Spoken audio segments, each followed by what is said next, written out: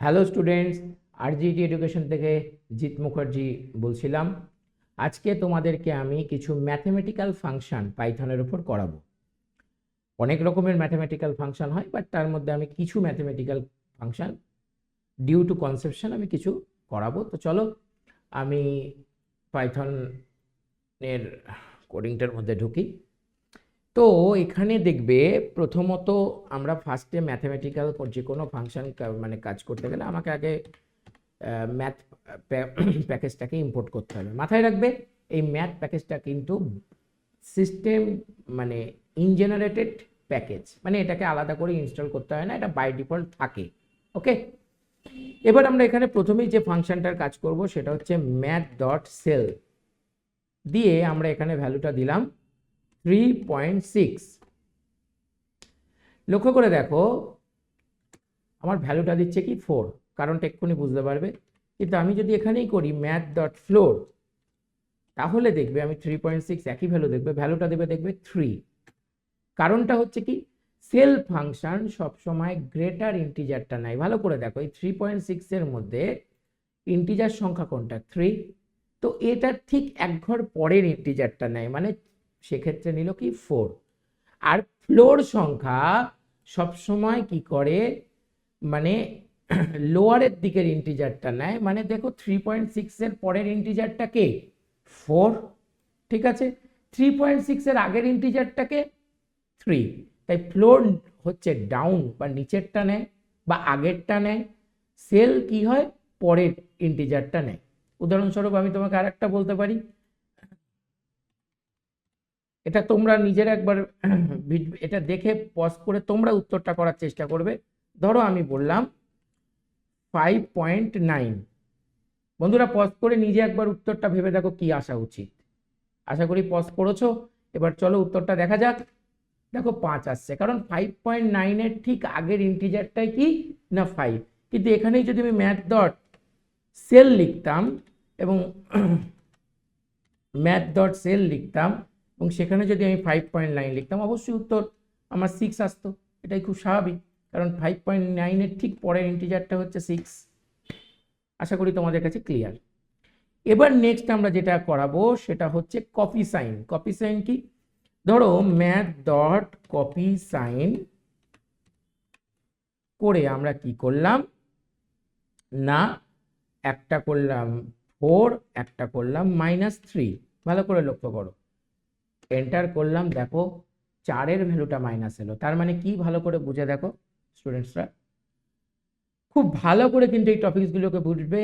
হতে পারে খুব ছোট ছোট টপিক, কিন্তু এর মধ্যে মানে খুব সুন্দর সুন্দর ম্যাথমেটিক্যাল কনসেপ্ট রয়েছে। তো দেখো এটা হচ্ছে এক্স ধরলাম, এটাকে ধরলাম ওয়াই। সো কি বলছে, পরের যে চিহ্নটা, পরের যে সিম্বলটা, মানে ধরো আমার ওয়াই এর মধ্যে কে আছে? -3। এই যে ওয়াই এর মধ্যে বা সেকেন্ডটার যে সাইন থাকবে সেটা ফার্স্টটাই অ্যাসাইন হয়ে যাবে। তাই জন্য দেখো -4 এসছে। আমি আরো একটা এখানে প্রবলেম তোমাদের সলভ করে দেখাই। ধরো ম্যাথ ডট কপি সাইন, ঠিক আছে, ধরো আমি এখানে করলাম 5, -4। বন্ধুরা পজ করে একবার ভেবে দাও এটা উত্তর আসা উচিত কি? আমি বলি এখানে উত্তর আসা উচিত -5। কারণ কি হলো, ওর সেকেন্ডেরটাতে ওর সাইনটা কি ছিল? মাইনাস ছিল, সেটা ফার্স্টটাতে অ্যাসাইন হয়ে গেল, দ্যাটস ইট। তাই জন্য নামটা দেখো কপি সাইন। কারটা কপি করবে? সেকেন্ডেরটা প্রথমে কপি করবে, দ্যাটস ইট। আশা করি বুঝতে পেরেছো। নেক্সট হচ্ছে ফ্যাক্টোরিয়াল। ফ্যাক্টোরিয়াল তো আমাদের অনেকের কাছেই পরিচিত, তবু যারা জানো না তাদের জন্য কনসেপ্টটা ক্লিয়ার করে দিচ্ছি। ফ্রেন্ডস, কোনো চিন্তা করবে না যে কারোর ম্যাথ নেই বলে হয়তো এটা পারবে না, এরকম কিছু নয়। আমরা প্রত্যেকটা কনসেপ্ট কিন্তু ক্লিয়ার করব। যদি তারপরেও কারোর কোনো রকম প্রবলেম থাকে, তোমরা নিশ্চিন্তে আমাদেরকে কমেন্ট করো। আমরা চেষ্টা করব সেই টপিকসটাকে আরও থিওরিটিক্যালি, যদি ডিটেলসে কিছু ক্লাস করানো সম্ভব হয় আমরা নিশ্চয়ই করাবো। তো ম্যাথ ডট ফ্যাক্টোরিয়াল, আমি ফ্যাক্টোরিয়াল লিখলাম 5। দেখো 120 উত্তর দিচ্ছে। কেন? কারণ ফ্যাক্টোরিয়াল মানে মাথায় রাখতে হবে যে 5 ফ্যাক্টোরিয়াল, 5 ফ্যাক্টোরিয়াল মানে যেখান থেকে শুরু হচ্ছে সেখান থেকে গুণ করতে করতে 1 পর্যন্ত বা 1 পর্যন্ত, মানে যেহেতু তো 5 গুণ 4 গুণ 3 গুণ 2 গুণ 1, তার মানে দেখো যদি এটাকে তুমি গুণ করে দেখো 5 ইন্টু 4 হচ্ছে 20, 20 ইন্টু 3 কি 60, 60 ইন্টু 2 কি 120, তো তাই জন্য উত্তরটা এসছে 120। আমি আরেকটা প্রবলেম তোমাদের সলভ করে দেখাই। ধরো ম্যাথ ডট ফ্যাক্টোরিয়াল আমি করলাম 6, তার মানে কি হবে তোমরা একটু ভেবে বলো। 6 into 5 into 4 into 3 into 2 into 1, দেখবে অ্যান্সার আসবে 720। হ্যাঁ তাই এসছে, তুমি গুণ করে দেখো, মানে যে সংখ্যাটার তুমি ফ্যাক্টোরিয়াল বের করছো সেখান থেকে শুরু করে গুণটা শুরু করতে হবে এবং গুণটা আসতে হবে কোন পর্যন্ত, না 1 পর্যন্ত। বোঝা গেল? আচ্ছা নেক্সট, কারোর যদি বুঝতে অসুবিধা হয় তাহলে নিশ্চয়ই কিন্তু কমেন্ট করো, ঠিক আছে। এবার আমরা করলাম হচ্ছে ম্যাথ ডট fmod, fmod 5, 2, 3, 3, 3, হ্যাঁ চলো 3 আর 2 করতে পারতাম, যাই হোক অবভিয়াসলি উত্তর আসবে 2। কেন স্যার? কারণ দেখো মড বা মডিউলাস, তো এটা হচ্ছে রিমাইন্ডার। আলটিমেটলি 5কে 3 দিয়ে ভাগ করলে বা ডিভাইড করলে রিমাইন্ডার বা ভাগশেষ কি আসে, না 2 আসে, ঠিক সেটাকেই দেখাচ্ছে এখানে। এই ফাংশনটার নাম কি বলছে, এফ মড। এটা তোমাদের বোঝবার জন্য তোমরা রিমাইন্ডার ভাবতে পারো, ঠিক আছে, খুব সিম্পল ফাংশন। আচ্ছা নেক্সট ফাংশন যেটা আমরা দেখাবো সেটা হচ্ছে পাও, মানে পাওয়ার। সো ম্যাথ ডট পাও 2, 3, পাওয়ার মানে তোমরা নিশ্চয়ই জানো 2 টু দি পাওয়ার কিউব, মানে 2 এর পাওয়ারে বা তুমি বলতে পারো ইন্ডেক্সে 3, ওকে। তো obviously 2 to the power cube কি হয়, 8 হয়, বা 2কে 3 দিয়ে গুণ করো, মানে 2কে 3 বার গুণ করো, তাহলে 2 ইন্টু 2 4 ইন্টু 2 8, ওকে। তো 8 এলো, that is the power function.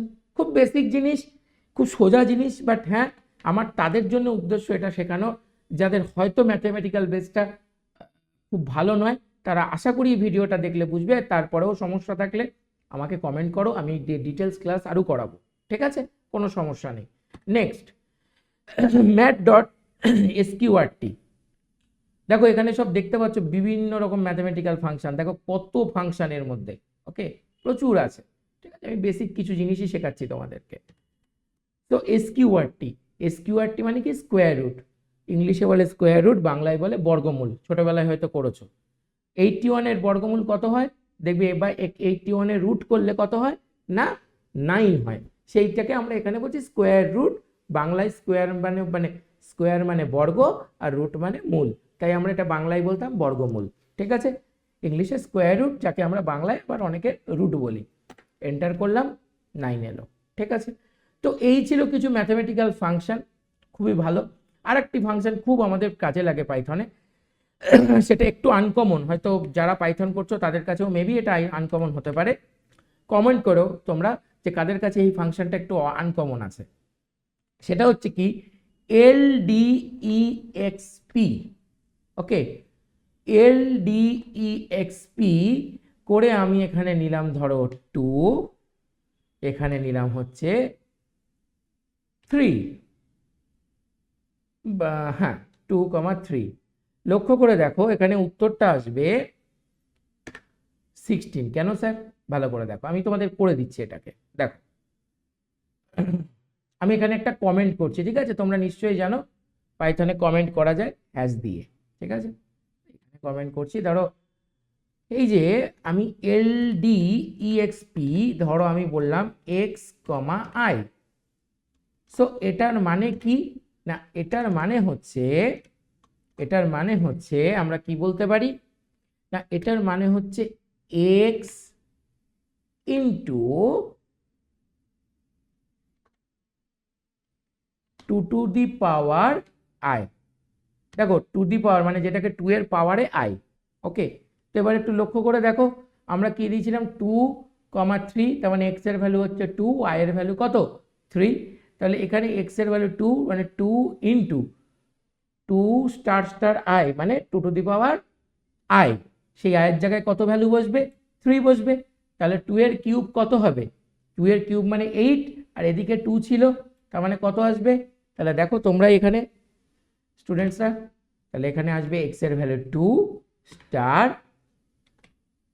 2 to the power 3।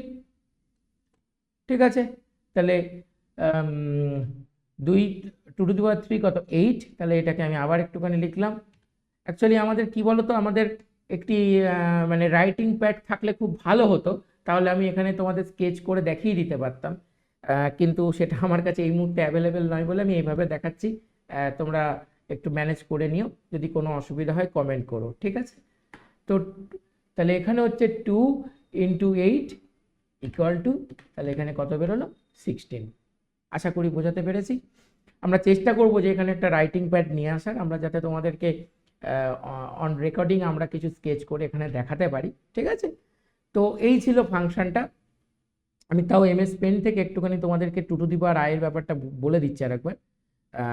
MS paint X, okay, X comma I ছিল, তো এটা এরকম ছিল এক্স ইন্টু, ঠিক আছে, 2 to the power I, 2 to the power I. ঠিক আছে, আমি তোমাদের বোঝানোর জন্য একটু কষ্ট করে এমএস পেনটা দেখালাম, আশা করি এবার বুঝতে পারছো। এই এক্স এর জায়গায় ভ্যালুটা কি বসেছিল না, এক্স এর জায়গায় ভ্যালুটা বসেছিল 2, আর আই এর জায়গায় কি ভ্যালু বসেছিল না 3। তাই এটা কি হলো 2 ইন্টু